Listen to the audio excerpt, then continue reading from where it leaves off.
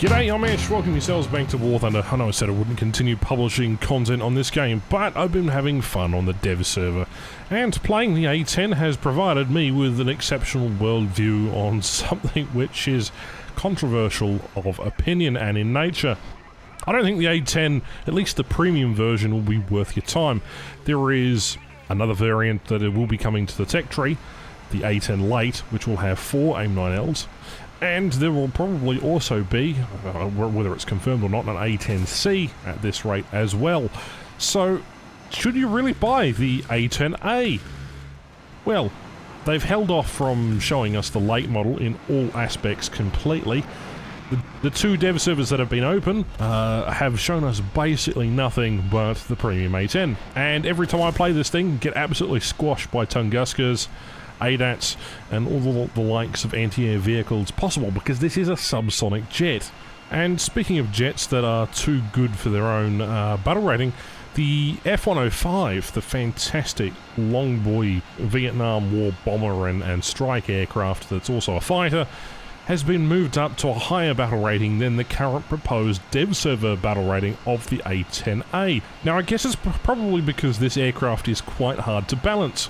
Decent missiles, great bomb loadout, and a fantastic gun makes for a really interesting platform. Plus they've also modelled the titanium bathtub and the engines, although the tail controls are a little bit finicky and do somewhat get compressed and explode quite often. Unfortunately, the flight characteristics, at least as of recording, makes it placed between 8.3 and 9.3 battle rating in terms of performance and aerial flight characteristics.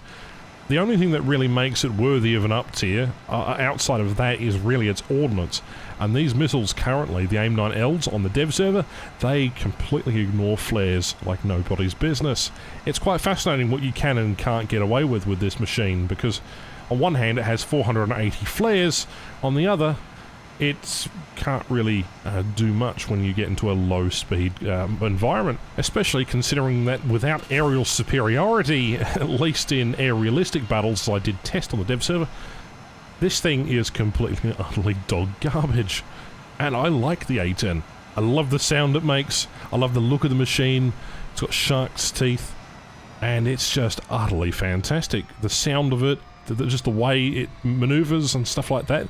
It has a place in the War Thunder, but I don't think it's really worth you pre-ordering a $60 vehicle in order to, well, there's going to be one that's better in the tech tree later down the line anyway. Unless you really want the Birch title, which is a fantastic title by the way, there isn't really much else to really pre-order with this machine.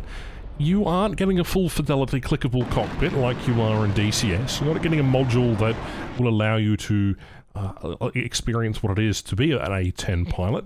What you are getting is a casual experience into a jet that resembles the A-10 and sounds like the A-10 whilst being nothing like the actual aircraft, and I think that's what War Thunder does well in some regards. On the flip side, the A-10 won't be like its DCS counterpart, where you can spend 3 days learning aircraft systems and management in order to just basically take off without learning weapon systems and all the radar and everything that goes with it. I think War Thunder gives that more casual approach and allows you to sort of just be more of a vehicle that you just take out casually, where you can just hop in and rather than needing a week of classes to play. I think War Thunder as a more casual simulator, or a arcade flight simulation as I normally call it, is good for this aspect, because sometimes you just want to go out and play a couple of vehicles. Sometimes you just want to go have a bunch of fun. And the A-10 certainly will be a bunch of fun, but I can see it ruining top tier matches. It'll be a plague like the Harrier was initially. And I don't think the vehicle will be overly exceptional in ground forces either.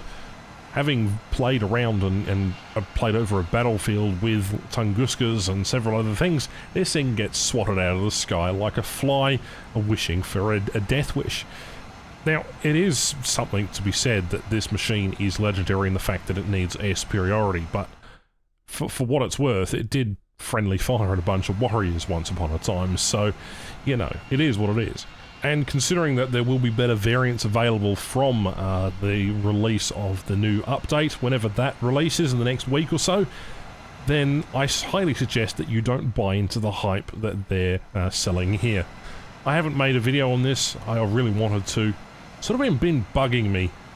At least the F5 is a usable air-to-air fighter. This kind of just screams to me as a bit of a famous aircraft that they can make a quick buck of, specifically like the F-14, if it ever comes to War Thunder. It's just one of those notable aircraft, one of those vehicles that has actually been so hyped up that the player base actually increased from it slightly, went up to 150,000 players at one stage during the early initial conception of this particular vehicle.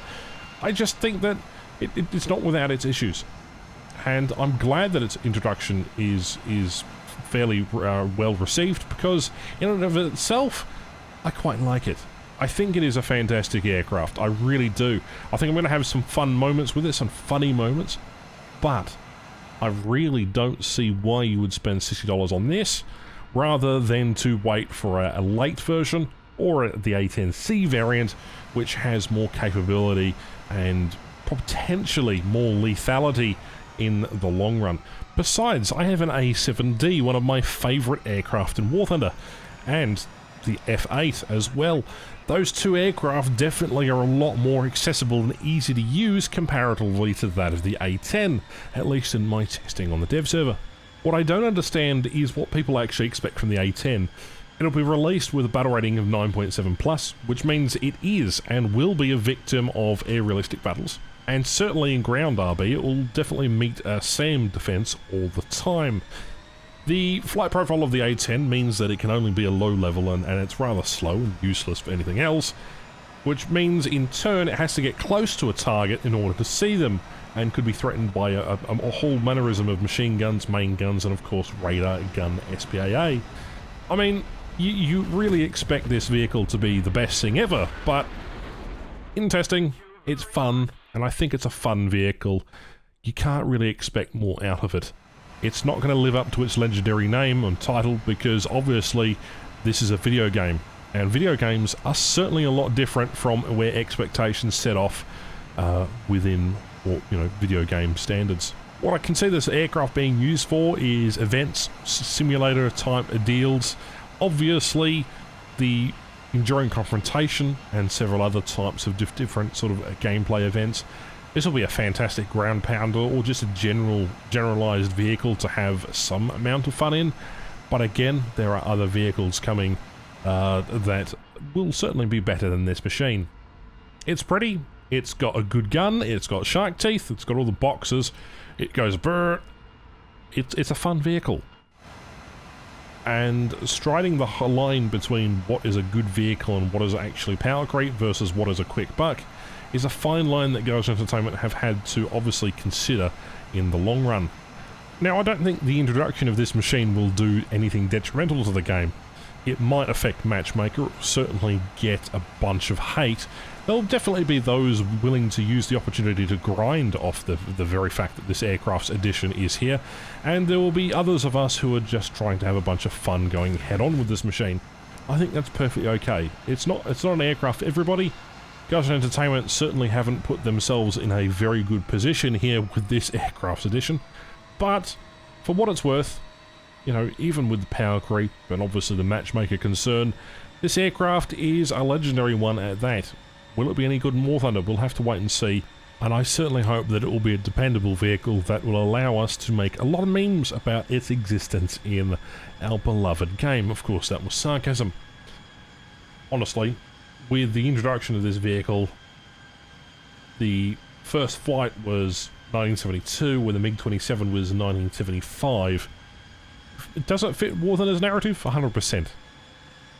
But don't buy into the hype. Don't pre-order things without having a full vehicle review. And with that, we'll probably do one more video on the A-10, and that'll probably be it for me. We might play it occasionally on stream, but I thank you very much for watching. What do you think of the A-10's introduction? Do you hate it? Do you like it? Do you think it should be in-game? Why and why not? Let me know in the comments down below. I'll be looking forward to reading some of them. My name is Ash. Thank you very much for watching, and I'll catch you in the next one. Bye-bye.